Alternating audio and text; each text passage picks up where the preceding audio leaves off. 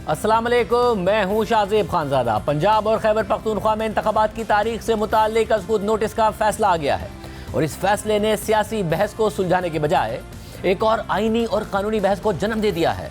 Chief justice उमरता Bandial ने आज जो फैसला लिखा है उसे 3-2 की अक्सरियत का फैसला करार दिया है, क्योंकि चीफ जस्टिस के फैसले से जस्टिस मुनीब अख्तर और जस्टिस मोहम्मद अली मजहर ने इत्तफाक किया है। लेकिन उसी बेंच में शामिल 2 जजेस जस्टिस मंसूर अली शाह और जस्टिस जमाल मंदूखेल ने इब्तिदाई समात में शामिल रहने वाले 2 जजेस जस्टिस याया अफरीदी और जस्टिस अतर मिनल्ला के फैसले से इत्तफाक कर लिया है, जिसके बाद अब हुकूमत कह रही है कि यह फैसला 3-2 की अक्सरियत से नहीं बल्कि 4-3 की अक्सरियत से आया है। Chief justice उमरता Bandial, justice Munib Akhtar और जस्टिस मोहम्मद अली मजहर ने अक्सरियती फैसला तहरीर किया है और पंजाब में सदर की तरफ से इलेक्शन की तारीख के ऐलान को दुरुस्त तस्लीम किया है, जबकि खैबर पख्तूनख्वा में गवर्नर को इलेक्शन कमीशन से मुशावरत के बाद इंतखाबात की तारीख देने का हुक्म दे दिया है। मगर जस्टिस मंसूर अली शाह और जस्टिस जमाल मंदूखेल ने चीफ जस्टिस के अक्सरियती फैसले से इख्तिलाफ किया है और इब्तिदाई बेंच के 2 मोअज़्ज़िज़ जजेस जस्टिस अतर मिनल्ला और जस्टिस याया अफरीदी के फैसले से इत्तफाक करते हुए इस दरख्वास्त को मुस्तरद कर दिया है। पहले बात करेंगे chief justice उमरता Bandial, justice Munib Akhtar और जस्टिस मोहम्मद अली मजहर के अक्सरियती फैसले की। फैसले के आगाज़ में ही लिखा गया है कि हमने 3-2 की अक्सरियत से यह फैसला तहरीर किया है, जबकि अक़लियत में जस्टिस मंसूर अली शाह और जस्टिस जमाल मंदूखेल का इख्तिलाफी नोट शामिल है। अक्सरियती फैसले के मुताबिक वो सूरत हाल जहाँ असेंबली गवर्नर के ऑर्डर पर तहलील हुई है तो वहाँ इलेक्शन की तारीख देने की जो आईनी जिम्मेदारी है वो गवर्नर ने अदा करनी है, और वो सूरत हाल जहाँ असेंबली गवर्नर के ऑर्डर पर तहलील ना हुई हो वहाँ आम इंतखाबात की तारीख का ऐलान करने की आईनी जिम्मेदारी सदर को अदा करनी होती है। इसलिए पंजाब में जो सूरत हाल बनी वहाँ इंतखाबात की तारीख का ऐलान करने की जिम्मेदारी सदर ने अदा करनी थी, और खैबर पख्तूनख्वा में जो सूरत हाल बनी वहाँ ये जिम्मेदारी गवर्नर ने अदा करनी थी। इस हवाले से सदर का जो 20 फरवरी 2023 का ऑर्डर था वो पंजाब की हद तक दुरुस्त है, लेकिन खैबर पख्तूनख्वा के लिए ये ऑर्डर आईनी तौर पर दुरुस्त नहीं है। इसलिए खैबर पख्तूनख्वा में इसके इतलाक को मुस्तरद किया जाता है और गवर्नर खैबर पख्तूनख्वा ने सूबे में इंतखाबात की तारीख का ऐलान ना करके अपनी आईनी जिम्मेदारी की खिलाफ वर्जी की है। अक्सरियती फैसले के मुताबिक ये भी करार दिया जाता है कि आम हालात में पंजाब के आम इंतखाबात 90 दिनों के अंदर यानी 9 अप्रैल 2023 को होने थे, और सदर की तरफ से जो तारीख का ऐलान किया गया था वो 20 फरवरी 2023 को किया गया था। लेकिन हमें यह बताया गया है कि इंतखाबात की तारीख का तयन करने से मुतालिक जो इल्तवा हुआ है शायद उसकी वजह से 90 दिन की डेडलाइन की पैरवी मुमकिन ना हो, और एक केस ये भी है कि मुमकिना तौर पर कानून से मुताल्लिक गलतफहमी पर इलेक्शन कमीशन ने मुशावरत के लिए अपनी मौजूदगी को यकीनी नहीं बनाया। इसलिए इलेक्शन कमीशन को हिदायत की जाती है कि वो अपनी तमाम तर कोशिशों को बरूए कार लाते हुए फौरी तौर पर सदर पाकिस्तान को इलेक्शन की ऐसी तारीख दे जो 90 दिन की डेडलाइन से मुताबिकत रखती हो, और अगर ऐसा मुमकिन ना हो तो इलेक्शन कमीशन इंतखाबात की तारीख की ऐसी तजवीज़ दे जो डेडलाइन से कम इन्हिराफ करे, और फिर इलेक्शन कमीशन से मुशावरत के बाद सदर पाकिस्तान पंजाब में आम इंतखाबात की तारीख का ऐलान करें। अक्सरियती फैसले के मुताबिक खैबर पख्तूनख्वा के गवर्नर इलेक्शन कमीशन से मुशावरत के बाद सूबे में इलेक्शन कराने से मुतालिक तारीख का ऐलान करें, और ये वफाक की जिम्मेदारी है कि हर सूबे की हुकूमत आइन के मुताबिक चले। इस हवाले से कोई शुबा नहीं होना चाहिए कि वफाक की जिम्मेदारी में ये जिम्मेदारी भी शामिल है कि हर सूबे के आम इंतखाबात हों और उनके वक्त पर होने की राह हमवार की जाए। वफाक में और सूबे में मौजूद तमाम हुकूमती इदारों की यह जिम्मेदारी है कि वो इलेक्शन कमिश्नर और इलेक्शन कमीशन को अपना काम सर अंजाम देने में मदद फराहम करें। वफाक और बिलखुसूस वफाकी हुकूमत पाबंद है कि वो फौरी और हंगामी बुनियादों पर इलेक्शन कमीशन को वो तमाम सहूलियात फराहम करे जो इलेक्शन कराने के लिए ज़रूरी हैं, जिसमें अफरादी क़ुव्वत और सिक्योरिटी भी शामिल है। और ये सूबाई हुकूमतों की जिम्मेदारी है जो निगरां काबीना के तहत काम कर रही हैं कि वो मुतहर्रिक अंदाज में इलेक्शन कमीशन के तकाजे पर इसकी मदद करें। इन तमाम बातों के साथ अदालत अपने सामने लाए गए 3 मामलात को काबिल समात करार देकर निपटाती है। अब ये chief justice उमरता Bandial, justice Munib Akhtar और जस्टिस मोहम्मद अली मजहर का अक्सरियती फैसला था, जिसके बाद जस्टिस मंसूर अली शाह और जस्टिस जमाल मंदूखेल ने अक्सरियती फैसले से इख्तिलाफ करते हुए अपना इख्तिलाफी नोट लिखा है, और इस नोट के मुताबिक मौजूदा केस के हकाइक और हालात के तहत जो खुद नोटिस की कार्रवाई की गई और जिस तरीके से इस केस को उठाया गया है वो मुकम्मल तौर पर बिलाजवाज है, और वो भी इस बात से हटकर कि इस खुद नोटिस का आगाज़ गैर ज़रूरी जल्दबाजी में किया गया। ये केस एक ऐसा फिट केस नहीं है जिसके लिए अदालत अपने गैर मामूली दायरा कार का इस्तेमाल करे, इसलिए यह काबिल समात नहीं है, क्योंकि इन्हीं आइनी और कानूनी मामलात से मुताल्लिक रिलीफ के लिए दरख्वास्तें लाहौर हाई कोर्ट और पिशावर हाई कोर्ट में ज़ेर इल्तवा है, और मुतल्लिका हाई कोर्ट्स में इन मामलात पर कोई गैर मामूली इल्तवा भी नहीं हुआ है। इसलिए आर्टिकल 184(3) के तहत इस अदालत के गैर मामूली दायरा इख्तियार को लागू करने का कोई जवाब नहीं है। लाहौर हाई कोर्ट का एक रुकनी बेंच पहले ही दरख्वास्त गुजार के हक में फैसला दे चुका है और वो फैसला अब तक फील्ड में मौजूद है और इस फैसले के खिलाफ लाहौर हाई कोर्ट के डिवीजन बेंच के सामने इंट्रा कोर्ट अपील दायर हो चुकी है और किसी भी दरख्वास्त गुजार ने आर्टिकल 185(3) के तहत इस अदालत का दरवाजा नहीं खटखटाया। और जब एक आईनी मामला पहले से किसी सूबाई हाई कोर्ट में ज़ेर इल्तवा हो तो सूबाई अदालतों की आज़ादी में मुदाखलत करने के बजाय उन्हें सपोर्ट करना चाहिए ताकि सूबाई खुद मुख्तारी मजबूत हो और हमें सूबाई अदालतों की खुद मुख्तारी को मजरू नहीं करना चाहिए। मुतालिका हाई कोर्ट्स में इन मामलात पर जो कार्रवाई चल रही थी उनमें कोई गैर मामूली इल्तवा नहीं था। अलबत्ता इस अदालत की मौजूदा कार्रवाई ने गैर ज़रूरी तौर पर हाई कोर्ट में होने वाली कार्रवाई को इल्तवा का शिकार बना दिया।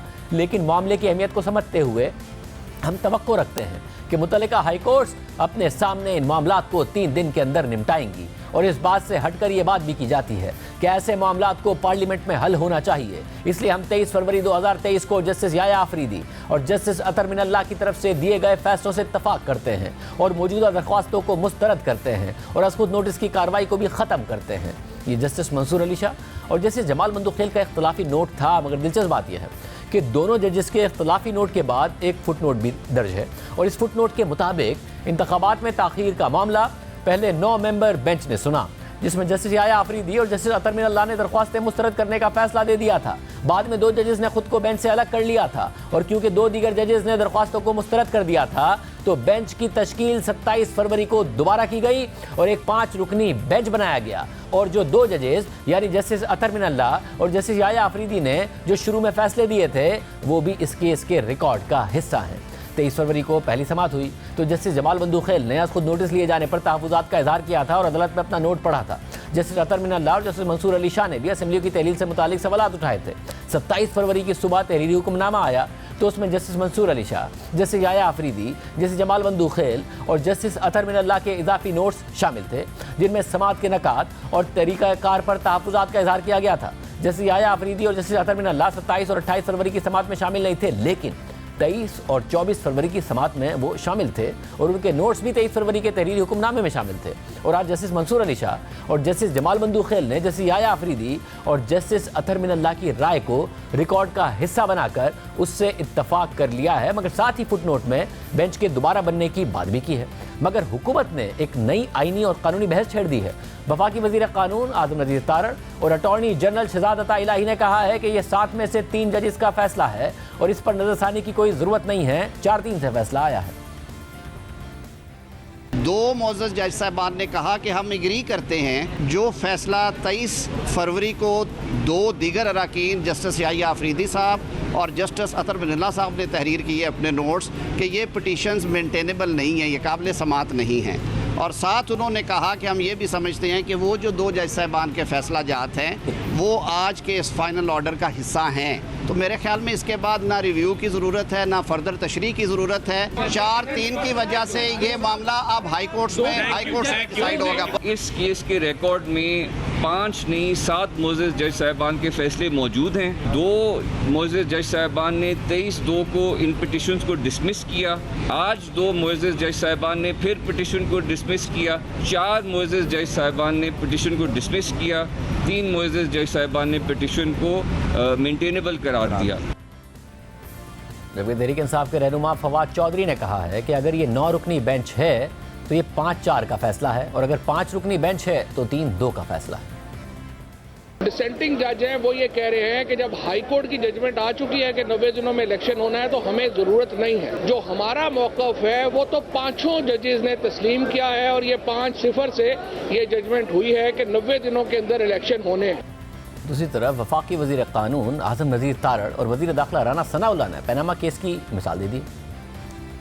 पनामा में याद कीजिए 5 जजेस का बेंच था। 2 ने कहा कि मियां नवाज शरीफ आज ही डिस्क्वालीफाइड हैं।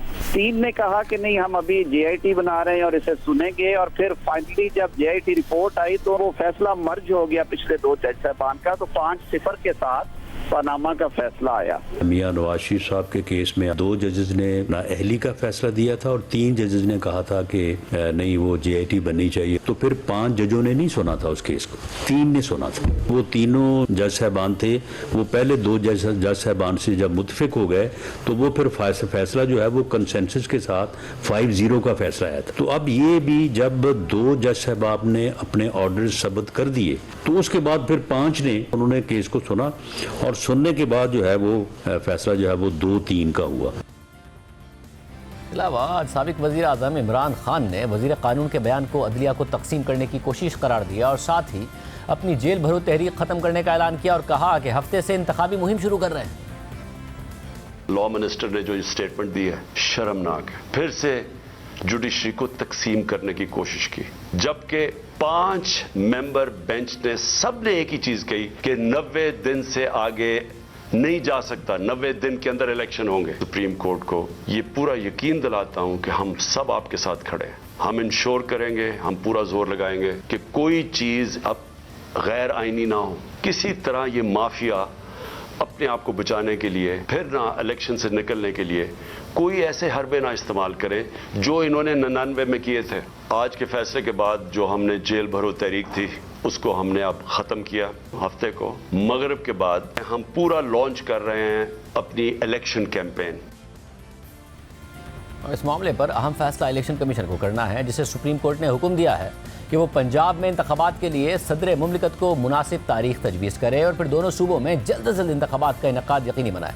सुप्रीम कोर्ट के फैसले के बाद आज ज़राए के मुताबिक इलेक्शन कमीशन का इजलास हुआ है और कल 20 हवाले से मुशावरा जारी रहेगी, जिसके बाद कोई फैसला सामने आने का इम्कान है। अहम बात यह है कि पंजाब और खैबर पख्तूनख्वा के इलेक्शन के हवाले से सुप्रीम कोर्ट ने 3-2 की अक्सरियत से फैसला तो जारी कर दिया है, मगर इस पूरे अमल के दौरान ये बात भी सामने आई है कि सुप्रीम कोर्ट के 4 सीनियर जजेस ने इस दरख्वास्त को सुनने के लिए चीफ जस्टिस के अज़ खुद नोटिस के इख्तियार पर सवालात उठा दिए हैं। मामला सिर्फ यहाँ तक महदूद नहीं है, बल्कि केसेस की फिक्सेशन और बेंच की तब्दीली के हवाले से जस्टिस काजी फायदी साहब और justice Yahya Afridi supreme court के तरीक़ाकार पर सवाल उठा चुके हैं और इस हवाले से आज दोनों मोअज़्ज़िज़ जजेस ने कल का तहरीरी फैसला भी जारी कर दिया है, जिसके मुताबिक अगर रजिस्ट्रार सुप्रीम कोर्ट कोई जज या खुद चीफ जस्टिस शफाफ क्राइटेरिया की पैरवी किए बगैर जल्द समाअत के लिए मखसूस केसेस को सिलेक्ट करेंगे तो आज़ाद अदलिया का उसूल मजरू होगा और अगर बगैर किसी जवाज़ की अपनी मर्जी से बेंचेस तब्दील होंगे तो इससे शुबहात जन्म लेंगे और अवाम भी उस निज़ाम की शफाफियत पर सवाल उठाएगी कि जो अपनी मर्जी से कुछ शहरियों को दूसरों पर तरजीह देता है। फैसले के मुताबिक बेंचेस की अचानक तब्दीली की कोई वजह नहीं थी और एक जज जो जस्टिस याया आफरीदी से जूनियर हैं उन्हें तरजीह देकर बेंच की सरबराही दे दी गई, इसलिए हमारे लिए इस मामले को देखना ज़रूरी था। ब्रेक शामिल करते हैं, इसके बाद इस पर हुकूमती और कानूनी मौक़िफ़ मालूम करेंगे।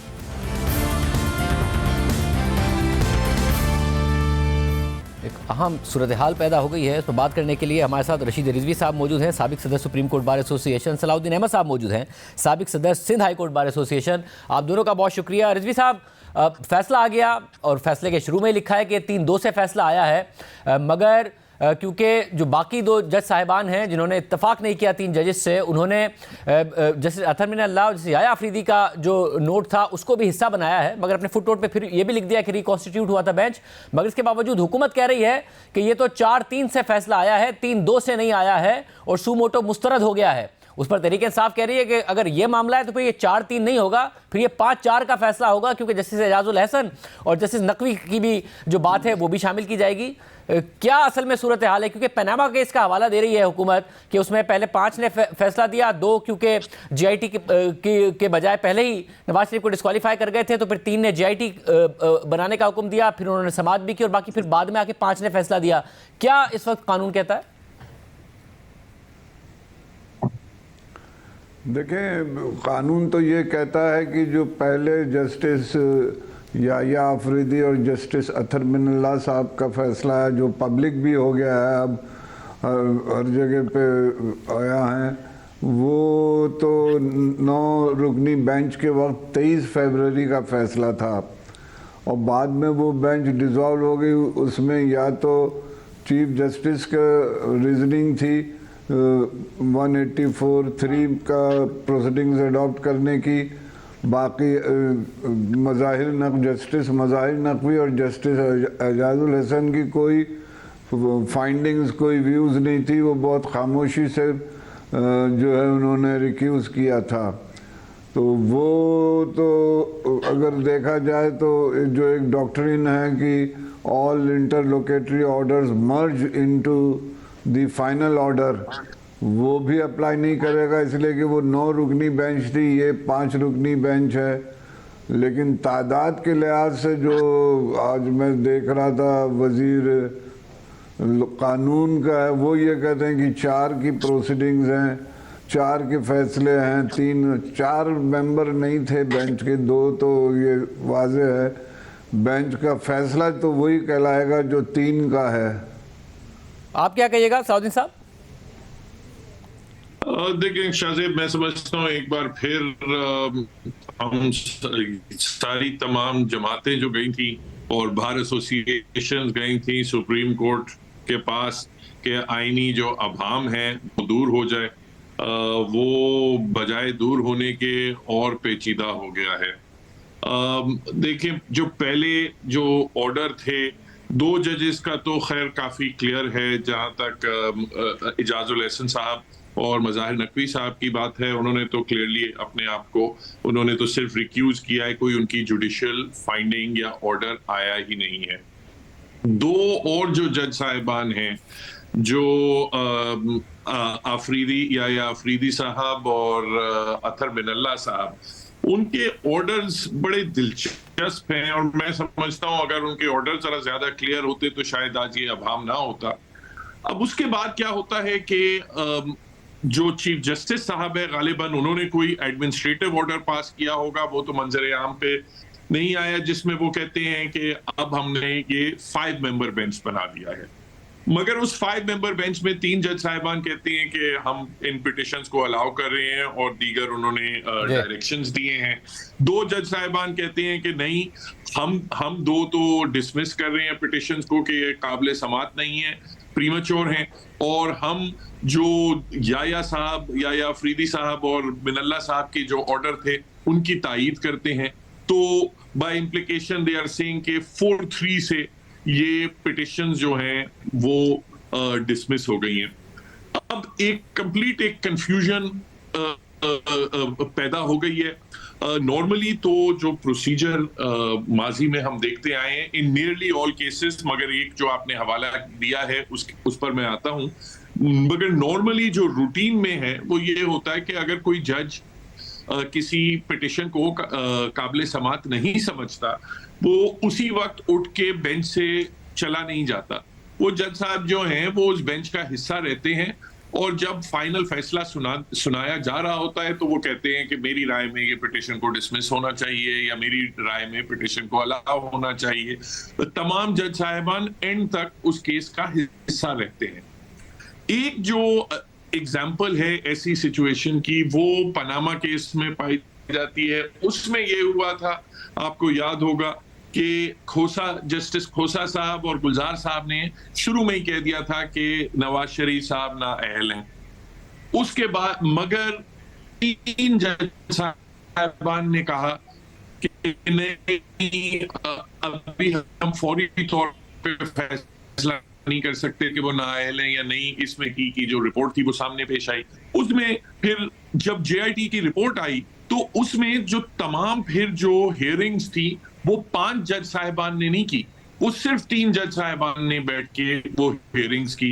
मगर जब फाइनल फैसला आया तो उस फाइनल फैसले में वो सिर्फ 3 जजेस ने फैसला नहीं सुनाया, बल्कि नाअहली का फैसला वो 5 जजेस ने सुनाया, जबकि आधी प्रोसीडिंग्स में खोसा साहब और गुलजार साहब मौजूद ही नहीं थे। तो ये जो इस किस्म के इस नौइयत के केसेस होते हैं उनमें अक्सर अब तो अक्सर होने लगा है कि अजीबो गरीब मंजर नजर आने लगा है।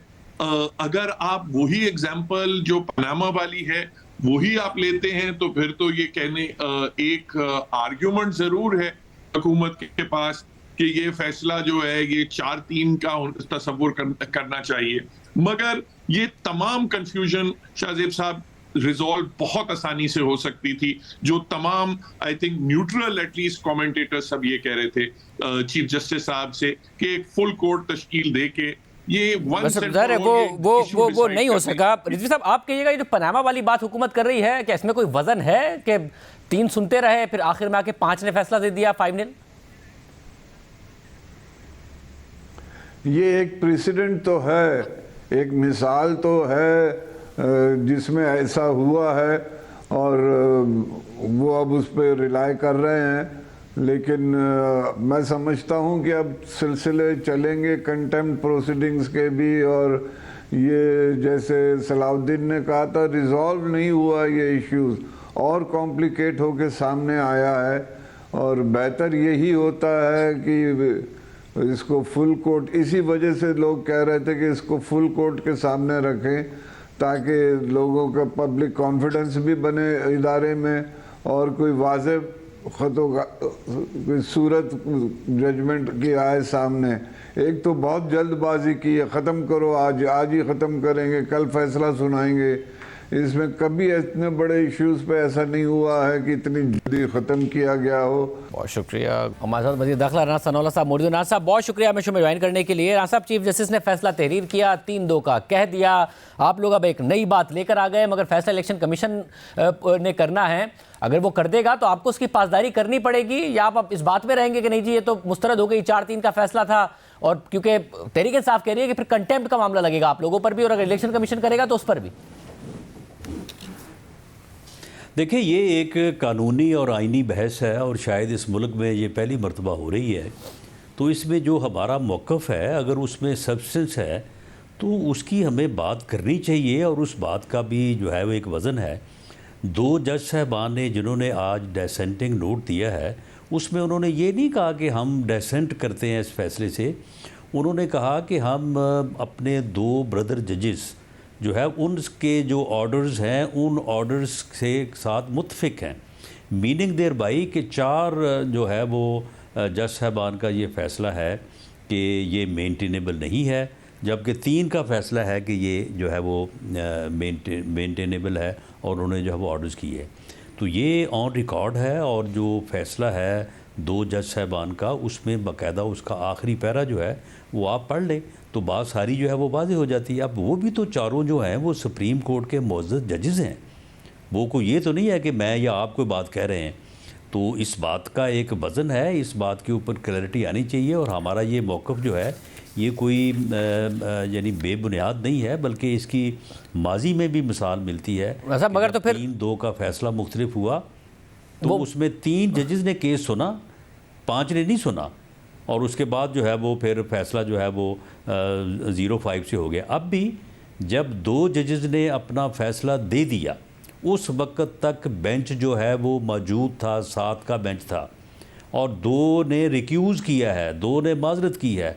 इन दोनों जजों ने अपना ऑर्डर दिया है, इन्होंने माजरत नहीं की, इन्होंने रिक्यूज़ नहीं किया। तो अब ये कैसे हो सकता है कि ये 7 में से 4 का फ़ैसला जो है उसे माइनॉरिटी कर दिया जाए और 3 का जो है उसे मेजॉरिटी कर दिया जाए? वैसे आप क्योंकि पनामा के केस का हवाला दे रहे हैं, वरना इस केस में तो जब चीफ जस्टिस ने खुद ने लिख दिया शुरू में कि 3-2 का फैसला है, जज साहिबान ने जो अपना फुटनोट लिखा उसमें बताया कि बेंच रिकॉन्स्टिट्यूट हुआ था, तो उसके बाद गुंजाइश क्या रह जाती है? क्या फिर आप अदालत के पास जाएंगे कि जिसकी इंटरप्रिटेशन कर दें कि 3-2 है या 4-3 है? क्योंकि फिर वज़ीर कानून कह रहे हैं कि जी रिव्यू की ज़रूरत नहीं है, तो फिर रिव्यू की ज़रूरत नहीं है तो आप ऐसे ही बैठे रहेंगे, क्योंकि इमरान खान साहब इलेक्शन की तैयारी, इलेक्शन कैंपेन लॉन्च कर रहे हैं, वो इलेक्शन की तैयारी कर रहे होंगे।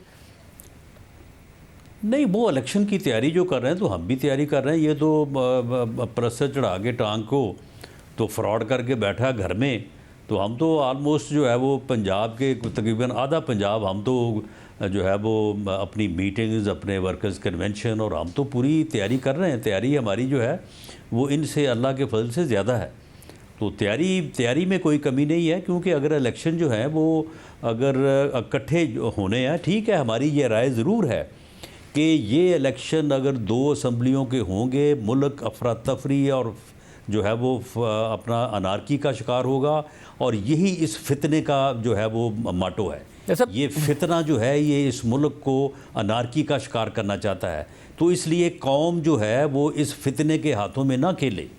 हमारी ये राय है कि इलेक्शन जो है वो जनरल इलेक्शन होने चाहिए, और तमाम असम्बलियों के केयर टेकर सेटअप के तहत एक ही दफ़ा इलेक्शन होने चाहिए। ये हमारी राय है, ये हमारा मौक़िफ़ है, हम इसको रिकॉर्ड पे रख रहे हैं। कल को अगर ऐसा होता है तो फिर अगर मुल्क जो है वो अनारकी और अपना अफरा तफरी का शिकार होता है तो हम इसमें जो है वो हिस्सेदार नहीं होंगे। अच्छा, मगर फिर ये बातें जो सारी हैं वाले लोग वो मगर राजा साहब बैठे हैं, उनको खमियाजा जो है वो जिम्मेदारी जो है वो उनको फिर लेना पड़ेगी। मगर इसमें एक मसला है, आप लोग इसको 4-3 समझें और तहरीक इंसाफ इसको 3-2 समझे, चीज़ वैसे 3-2 लिखा है। मसला ये है कि आप दोनों के समझने से फ़र्क पड़ता नहीं है। मसला फ़र्क उस वक्त पड़ेगा जब इलेक्शन कमीशन इसकी क्या इंटरप्रिटेशन कर रहा है। अगर इलेक्शन कमीशन इसको एज इट इज़ लेता है जैसा कि चीफ जस्टिस ने कहा है और मुशावरत करके तारीख दे देता है, तो फिर आपकी जिम्मेदारी है कि इलेक्शन कमीशन के साथ ताउन करें। तो आप वो ताउन करेंगे या फिर आप अदालत जाएंगे कि नहीं जी इलेक्शन कमीशन ने इसकी गलत इंटरप्रिटेशन कर दी है, हमारी नज़र में तो ये 4-3 था। देखिए, हम इस नुक्ते को अदालत में ले जा सकते हैं क्योंकि ये हमारी बात जो है ये बुनियादी तौर पे देखें, 2 जज साहबान लिखते कि जी 3 ने ये मेजॉरिटी फ़ैसला दिया है, हम 2 जो है वो इससे इख्तलाफ करते हैं। उन्होंने जो लिखा है आपने यकीनन पढ़ा होगा, वो आखिरी पैरा तो आप पढ़ें। वो ये कहते हैं कि हम अपने 2 ब्रदर जजेस के फ़ैसले के साथ इत्तफाक करते हैं। तो ये फिर 2 + 2 4 कैसे ना हुआ? मैं फुटनोट में वो ये भी कहते हैं कि बाद में रिकॉन्स्टिट्यूट हो गया था बेंच। रिकॉन्स्टिट्यूट जो है वो अपना अगर एक दफ़ा बेंच कॉन्स्टिट्यूट हो जाए तो शाहजेब उसमें से कोई जज रिक्यूज़ तो कर सकता है, लेकिन वो बेंच जो है वो रिकॉन्स्टिट्यूट नहीं हो सकता। वो किसी जज को बेंच का हिस्सा बनाने के बाद उसे नहीं उठाया जा सकता। अगर ये सारा हो सकता है तो फिर अदलिया की आज़ादी कहाँ से आ गई? फिर तो बिल्कुल ही फिर मामला जो है वो फारग हो गया। अगर इस तरह से हो सकता हो कि चीफ जस्टिस के पास इख्तियार हो या किसी के पास भी हो कि जजेस जो है वो बेंच कॉन्स्टिट्यूट हो गया, वो बैठे हैं, कोई रिक्यूज़ करना चाहे तो बिल्कुल कर सकता है। और वैसे चीफ जस्टिस कह के उठ जाएं जी हम ये 7 लोग बैठे हैं, आप 2 में बाहर निकल जाएं तो हम जो है वो 5 फैसला करेंगे या 3 फैसला करेंगे। ऐसा नहीं हो सकता। ऐसा पाकिस्तान की तारीख़ में कभी नहीं हुआ। और अब भी अगर ऐसा करने की कोशिश की जाएगी तो यकीनन हम इस मामले को जो है वो बिल्कुल उठाएंगे और इसे कंटेस्ट करेंगे, क्योंकि ये एक आइन की तशरीह का मामला है और इस मामले के ऊपर जो है वो हमें पूरी तरह से यकीन है कि ये मामला जो है वो इसी तरह से है। लेकिन अगर ये फ़ैसला इस तरह से होगा तो फिर इस तरह के फ़ैसले बड़े हुए हैं। पनामा का फ़ैसला भी इसी तरह से हुआ है। आज मुझे बताएं कि पनामा के फ़ैसले को कौन मानता है, कौन उसकी जो है वो मिसाल देता है? ये जुल्फ़िकार अली भुट्टो की जो है वो केस का फ़ैसला भी जो है वो ऐसे ही हुआ था। तो आज सारे जो है वो उसे जुडिशल मर्डर क्यों कह रहे हैं? तो इसलिए ये मगर राज साहब चले इस फैसले से कतई नज़र, अगर कल को इलेक्शन कमीशन तारीख दे दे तो फिर तो आप पाबंद हैं ना उसके साथ ताउन करने के कि आप ये थोड़ी अदालत में जाके कह सकते हैं कि इलेक्शन कमीशन ने गलत तारीख दे दी है, क्योंकि 90 दिन में इलेक्शन होने, ये तो आइन इस मामले में तो क्लियर है। अदालत ने तो आज के फैसले में उल्टा गुंजाइश निकाल दी है कि थोड़ा बहुत इधर उधर हो सकता है मामला, हालांकि वरना तो सबकी राय बड़ी क्लियर थी कि 90 दिन में इंतखाबात होने। शाहजेब हम अपना मौक़िफ़, अपना आइनी जो है वो मौक़िफ़, अपना जो है वो केस उसको हर कीमत पे जो है वो परसू करेंगे, पूरी जो है वो ताकत से परसू करेंगे। लेकिन इलेक्शन से हम ना घबराते हैं, ना हम इलेक्शन से गाफिल हैं। हम वो अपनी पूरी तैयारी कर रहे हैं। इलेक्शन अगर होगा तो हम पूरी जो है वो ताकत से लड़ेंगे। लेकिन हम अगर जीत गए तो ये फिर इसी काम पे फितना लगा रहेगा। ये फितना जो है ये इस मुल्क में डिस्टेबल करना चाहता है, ये सियासी अदम इस्तेहकाम चाहता है। इसको फिर बहाना मिल जाएगा, कहेगा देखें इनकी फेडरल गवर्नमेंट थी लिहाजा मेरे साथ धांधली हो गई है। तो कल को जब सूबाई असम्बली आऊँगी तो फिर ये बाइकआउट करेगा, ये कहेगा जी मैं अब जनरल इलेक्शन का बाइकआउट करता हूँ, ये सूबाई असम्बलियाँ जो है ये पंजाब की हुकूमत जो है मेरे साथ धांधली करेगी। यानी मुस्तकिल इस मुल्क को अनारकी और अफरा तफरी का शिकार करने का जो इस फितने का मंसूबा है, इसको अमली जामा पहनाने का अगर एक ही तरीका है और वो तरीका ये है कि इस फैसले को जो है वो इलेक्शन कमीशन जो है वो तस्लीम कर ले और इलेक्शन करवा दे। सब तो फिर आप लोग फिर ताउन नहीं करेंगे, इसका मतलब है आप हर हाल में चाहते हैं कि साथ ही इलेक्शन हो, चाहे वो कंटेम्प्ट ऑफ कोर्ट हो जाए, कुछ भी हो जाए। नहीं, शाहजेब आइन ये चाहता है, आइन की स्कीम ही ये है कि जनरल इलेक्शन जो है वो केयर टेकर सेटअप के तहत होने चाहिए। ये अगर 90 दिन आइन में लिखे हैं तो ये भी आइन में ही लिखा है। ये कोई मैं को अपने पास से किसी किताब से पढ़ के सब अदालत के सामने उठाना था ना मामला, या फिर आप पटिशन लेके चले जाएं अदालत में, या फिर अदालत के सामने उठाते फारूक साहब। बिल्कुल उठाया है। अपना मंसूर अवान जो हमारे वकील थे हमारी तरफ से, उन्होंने ये मामला उठाया है। उन्होंने कहा है कि जनाब आइन की जो है वो जो मंशा है वो ये है कि इलेक्शन जो है वो केयर टेकर सेटअप में होने चाहिए और एक ही मरतबा होने चाहिए। ये मुस्तकिल तौर पे अगर उसके बावजूद अगर अदालत से फैसला आ गया है, जो कभी डिस्प्यूटेड रहे हैं डिस्प्यूटेड कर देगा। अगर आप ये कह रहे हैं उसके बावजूद अदालत से फैसला आ गया, इसका मतलब है अदालत ये समझती है कि अगर सूबों में असेंबली तहलील हो गई है तो पहले इंतखाबात 90 दिन के अंदर होने चाहिए। अदालत का फैसला आ गया है। जी बिल्कुल बिल्कुल शाहजेब, 3 इंतहाई मोहतरम मोअज़्ज़ज़ जजेस जो है वो यही समझते हैं और 4 इंतहाई मोहतरम और मोअज़्ज़ज़ जजेस जो है वो वैसे समझते हैं जिस तरह से मैं बात कर रहा हूँ। तो फिर ये डिस्प्यूट हल कैसे होगा? आप रिव्यू में जा नहीं रहे, क्या होगा? ये मुल्क ऐसे लटका रहेगा, अनसर्टेनिटी का शिकार रहेगा और कैंपेन हो रही होगी और दूसरे पर तनकीद हो रही होगी, क्या हो रहा होगा? नहीं शाहजेब, मेरी बात एक नोट कर लें, जब तक इस फितने को वोट की ताकत से अवाम माइनस नहीं ना करेंगे, ये मुल्क जो है ना ये किसी तरफ नहीं लगेगा। तो वोट तो आवाम जब देंगे ना, जब इलेक्शन होगा। आप तो इलेक्शन ले डूबेगा। तो वोट जब देंगे अवाम, जब इलेक्शन होगा। नहीं, अवाम ने इसका कल एक चेहरा देखा है ना, ये कल किस तरह से अदालतों के ऊपर हमलावर हुआ है, किस तरह से इसने जो है वो जुडिशल कम्प्लेक्स के ऊपर जो है वो हमला किया है। आप मुझे बताएं कि ये 400-500 आदमी इकट्ठा करना कौन सा मुश्किल काम है? ये तो मैं भी कर सकता हूँ। पार्टी का सरबराह होना तो बहुत दूर की बात है। वैसा अगर आपने आज प्रेस कॉन्फ्रेंस भी की और आप तो कह रहे थे कि आप तो चाहते हैं कि इमरान खान साहब की इस मामले में गिरफ्तारी हो, दीगर लोग भी आपने गिरफ्तार किए, तो फिर आपको क्या हुकूमत नहीं इजाज़त दे रही है? क्या हो रहा है कि आप जो गिरफ्तारी की बार बार ख्वाहिश का इज़हार करते हो फिर रुक जाते हैं? बस ऐसा ही है। मैं तो कल भी चाहता था कि इस आदमी को जो है वो अरेस्ट करना चाहिए और इसके ख़िलाफ़ जो है 780 के 2 मुकदमे जो है वो दर्ज हुए हैं। उन मुकदमों में इसकी गिरफ्तारी बनती है, वरना तो फिर कल को जिसका दिल चाहेगा 400-500 बंदा लेके आके तो अदालतों को जो है वो चढ़ दौड़ेगा अदालतों के ऊपर। तो ऐसा किसने रोका आपको? तो फिर यही रहता है कि आप अदालत के अंदर दाखिल हों और प्रिजाइडिंग अफसर को जो है वो गिरेबान से पकड़ के जो है वो बाहर निकाल लें। तो साहब किसने रोका? ये रह गया है, किसने रोका? बाकी सारा कुछ कल हो गया है। तो साहब किसने रोका आपको गिरफ्तारी से? देखें, ये कोलिशन गवर्नमेंट है और सबके इत्तेफाक से ही मामला आगे चल सकते हैं, उसके बगैर तो नहीं चल सकते। तो कोलिशन में बाकी मैं ज़ाती तौर पे मैं कल भी समझता था और 25 मई के बाद कल एक मौका था कि इसको अरेस्ट होना चाहिए था। तो मैं जानना चाह रहा हूँ कि कोलिशन में कौन है? JUI में लगता नहीं मौलाना फजल रहमान साहब ये नहीं चाहते होंगे, आप भी ये चाहते हैं, तो क्या शहबाज शरीफ साहब नहीं मान रहे या फिर पीपल्स पार्टी नहीं मान रही? कौन नहीं मान रहा?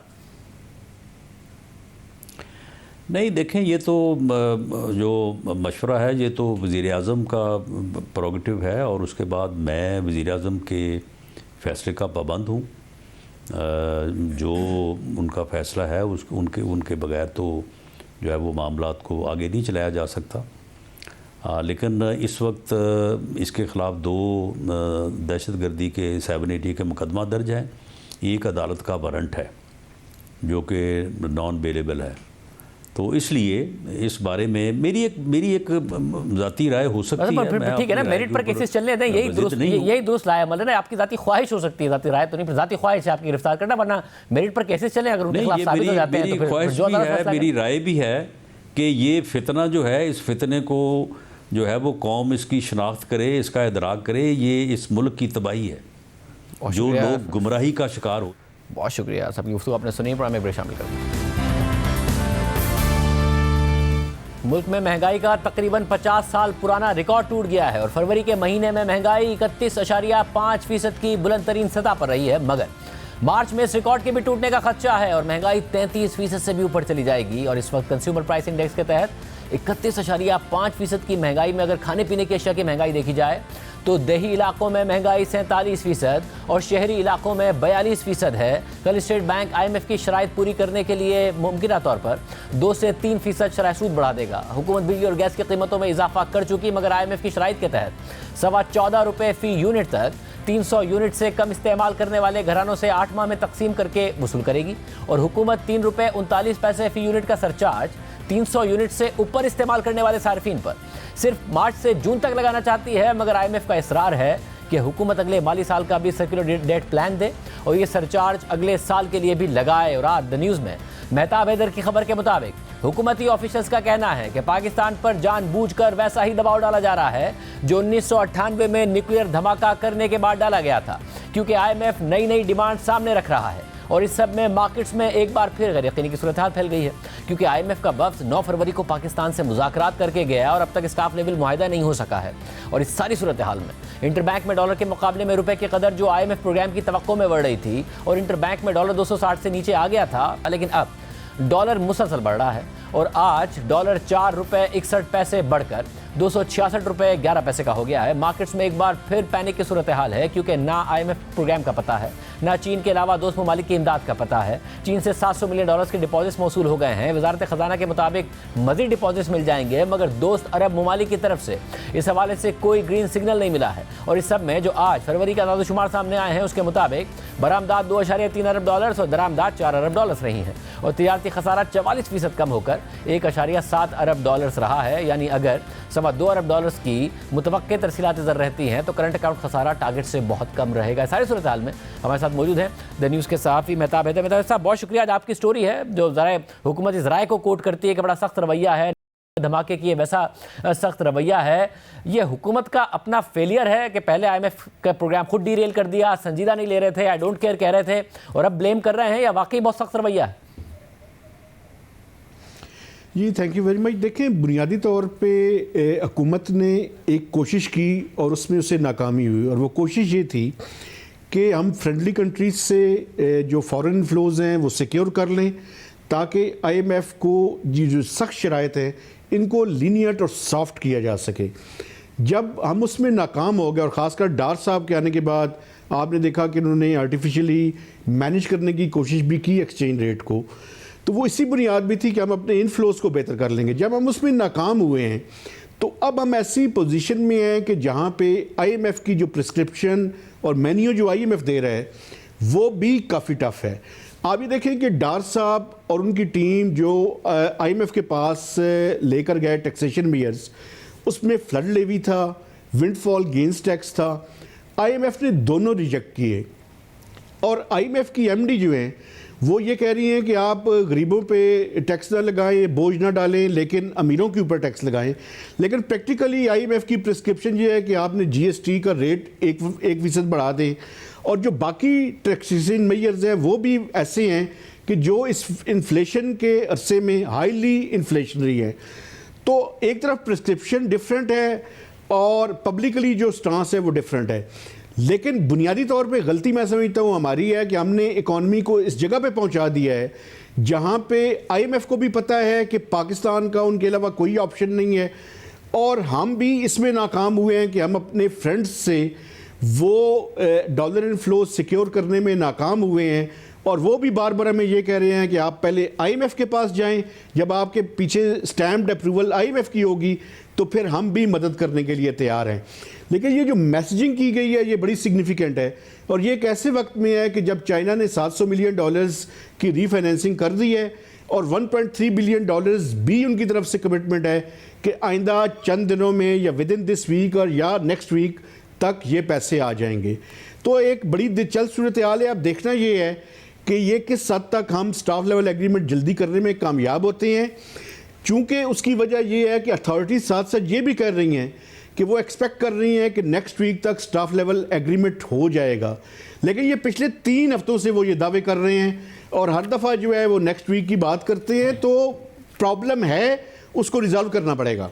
यानी अभी भी अथॉरिटीज़ को उम्मीद है कि हो सकता है कि जैसे कल भी एक शर्त पूरी हो जाएगी, स्टेट बैंक ने पहले ही कन्वीन कर ली है अपनी मीटिंग कि 1-1.5 हफ्ते में ये हो सकता है स्टाफ लेवल एग्रीमेंट, और उसके बाद बोर्ड के पास मामला जा सकता है और पाकिस्तान का IMF प्रोग्राम बहाल हो सकता है।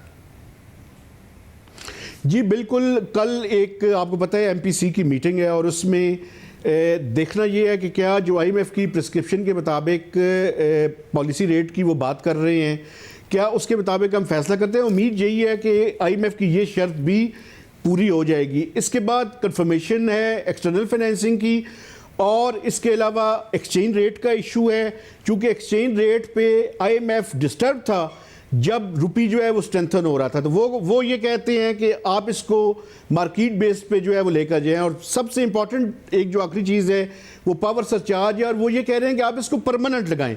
हुकूमत का ये मौक़िफ़ है कि IMF का प्रोग्राम 30 जून को ख़त्म हो रहा है। आप कैसे कह सकते हैं कि हम 30 जून के बाद जो है वो आपकी मर्ज़ी और आपकी डिक्टेशन के तहत जो है वो इकॉनमी को या सर्कुलर डेट को मैनेज करेंगे? तो ये एक तरह की बोन ऑफ कंटेंशन है। अब देखना ये है, उम्मीद यही है कि नेक्स्ट वीक तक हम इसमें कामयाब हो जाएंगे। लेकिन ये मैसेजिंग भी की गई है ताकि ये ना हो कि हम ये शराइत सारी पूरी कर लें तो IMF की तरफ से कोई नई शर्त सामने आ जाए। तो मैं समझता हूँ ये इट्स पार्ट ऑफ स्ट्रैटेजी भी था कि इस तरह की चीज़ें जो है वो हमारे साथ बातचीत उन्होंने की ताकि IMF को भी ये मुतमिन किया जा सके कि वो मज़ीद शराइत ना लाए और नेक्स्ट वीक तक IMF और पाकिस्तान का स्टाफ लेवल एग्रीमेंट हो जाए। बहुत शुक्रिया। मैं था तफसीलात बता रहे थे। आज के प्रोग्राम में इतना ही। इजाज़त दीजिए। अल्लाह हाफ़िज़।